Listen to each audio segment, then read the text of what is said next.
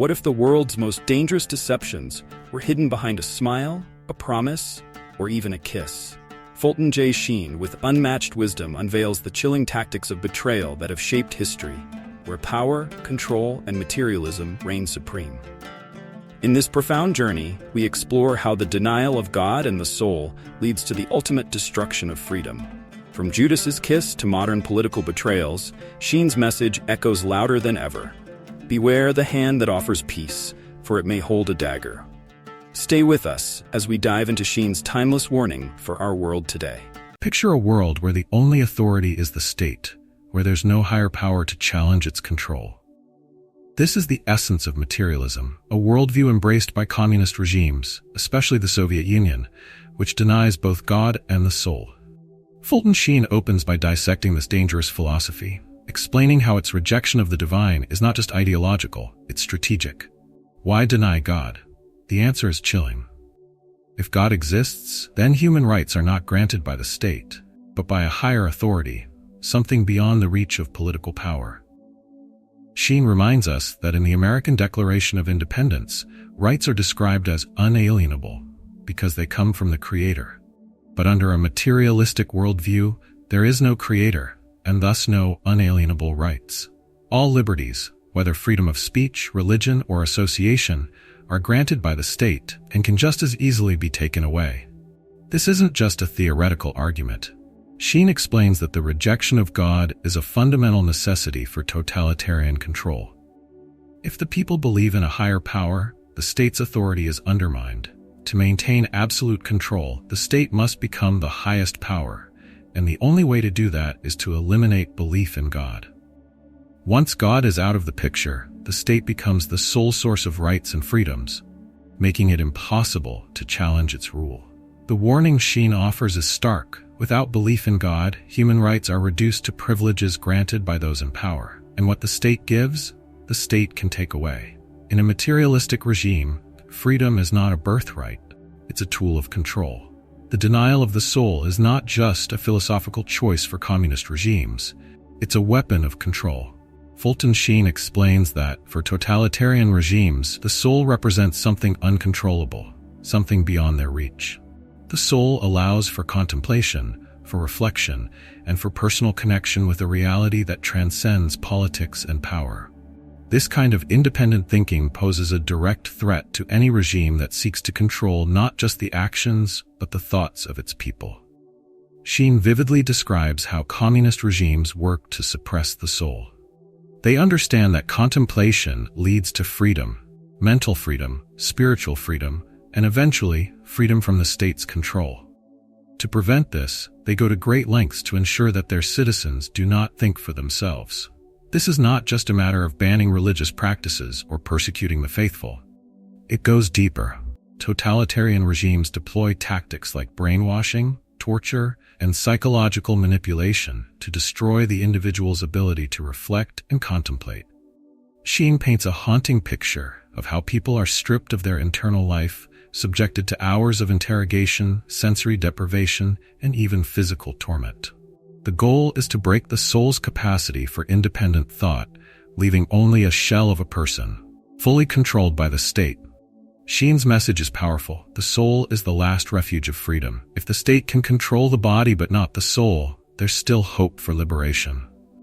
But if the soul is crushed, if contemplation is destroyed, then the person becomes nothing more than a tool of the regime. The denial of the soul is not just a denial of spirituality, it's a denial of humanity itself. The idea of coexistence sounds appealing, doesn't it? A world where different ideologies and nations live side by side in peace. But Fulton Sheen pulls back the curtain on this seemingly innocent concept to reveal the dangerous deception lurking behind it. Communism, particularly as practiced by the Soviet Union, promoted the idea of peaceful coexistence with free nations, all while secretly plotting their destruction. Sheen illustrates this with a chilling historical example. In the late 1930s, the Soviet Union signed treaties with Latvia, Estonia, and Lithuania, promising mutual respect and non-interference in each other's affairs. These treaties gave the appearance of friendship and cooperation. But, behind the scenes, the Soviet regime was already planning its betrayal. Within a year of signing these treaties, the Soviet Union invaded these nations, stripping them of their sovereignty and incorporating them into the Soviet bloc. Why did the Soviets push the myth of coexistence? Sheen explains that it was a strategic move designed to lull free nations into a false sense of security. By promising peace, the Soviets hoped to avoid confrontation until they were ready to strike. The idea was simple: offer the hand of friendship, wait for the other side to lower its defenses, and then attack when they least expect it. Sheen's point is clear: coexistence with regimes that deny fundamental human rights is impossible. Peace cannot be built on lies and deception. True coexistence requires trust, and trust cannot exist when one side is plotting the other's downfall.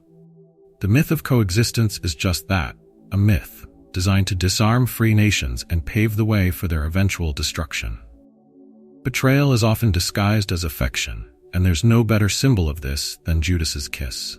Fulton Sheen uses this powerful metaphor to describe how totalitarian regimes, like Communist Russia, pledge loyalty and peace while secretly planning destruction. Just as Judas kissed Jesus before betraying him, these regimes present themselves as friends and allies, only to turn against those who trust them. Sheen recounts the numerous times in history when dictators visited foreign nations, pledging loyalty and cooperation. They attended parades, exchanged gifts, and made grand declarations of friendship. But beneath the surface, plans for betrayal were already underway. One of the most infamous examples is the Nazi-Soviet Non-Aggression Pact, where Stalin and Hitler pledged not to attack each other. Not long after, the world saw the horrifying reality of that friendship unravel as Hitler invaded the Soviet Union. What makes this betrayal so devastating is its personal nature. Just as Judas embraced Jesus in an intimate gesture of love before handing him over to his enemies, these regimes offer the illusion of friendship, only to strike when trust is at its highest. The kiss is a symbol of the false affection, the lies told with a smile, and the destruction that follows. Sheen's warning resonates: beware of those who seem too eager to offer friendship without sincerity. Trust, once betrayed, is difficult to rebuild. And in the world of politics, this kind of betrayal often comes at the highest cost: freedom itself. Fulton Sheen goes deeper into the metaphor of Judas, breaking down his betrayal into 3 distinct stages that mirror the actions of totalitarian regimes. The first stage is materialism. Just as Judas was seduced by the idea of material wealth and power, so too are regimes like the Soviet Union. They prioritize material gains, money, land, resources, over spiritual or moral values. Judas saw Jesus not as a spiritual leader, but as someone who could elevate him to a position of wealth and power. When Jesus refused to be that kind of king, Judas's disappointment turned to betrayal. The second stage is coexistence and deception. Judas didn't betray Jesus immediately. He continued to live alongside him, pretending to be a loyal disciple while secretly plotting his betrayal. In the same way, totalitarian regimes often pretend to coexist peacefully with other nations, all while planning their downfall. Sheen explains that this stage is marked by deception.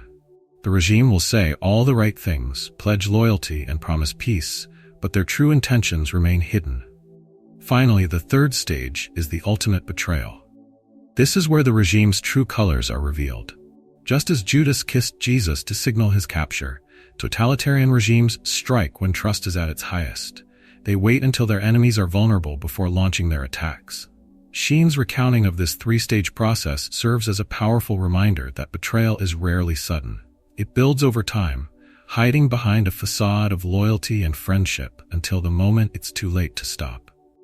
Fulton Sheen's final point is a stark warning to his audience. History has shown us time and again how easily nations fall prey to betrayal and deception. The lessons of Judas and the Soviet Union are not just relics of the past. They are blueprints for understanding modern political dynamics. Sheen points out that we have seen this pattern play out throughout history, with devastating consequences. Nations that believed in the myth of coexistence, that trusted in promises of peace and cooperation, were often the first to fall. From the Baltic states absorbed into the Soviet Union to Tibet and other nations ravaged by communist expansion, the story is always the same. Trust is built, promises are made, and then, when defenses are lowered, betrayal strikes. What's more dangerous, Sheen explains, is when we ignore these historical lessons. He warns that we must remain vigilant, recognizing the signs of deceit before it's too late. We cannot afford to be naive in a world where the stakes are so high. The consequences of ignoring history are not just political, they are existential. Entire nations have been wiped off the map because they trusted the wrong allies, believed the wrong promises, and ignored the signs of betrayal. Sheen leaves us with a powerful and sobering message. We must learn from history or we are doomed to repeat it. The world is full of Judas figures, those who offer friendship with one hand while hiding a dagger in the other. The key to survival, both as individuals and as nations, is to remain vigilant and never forget the lessons of the past. As we've seen through the powerful words of Fulton J. Sheen, betrayal is often hidden in plain sight, disguised as friendship, peace, or coexistence. Whether through the lies of materialism or the kiss of deceit, history reminds us that freedom is fragile and we must stay vigilant to protect it. The world is still full of Judas figures, those who offer a hand of peace while plotting destruction. But through Sheen's wisdom, we learn that truth and faith are our strongest defenses. Let us remember the lessons of the past and never lose sight of the values that truly matter. Thank you for joining us, and may we all remain steadfast in our pursuit of truth and freedom.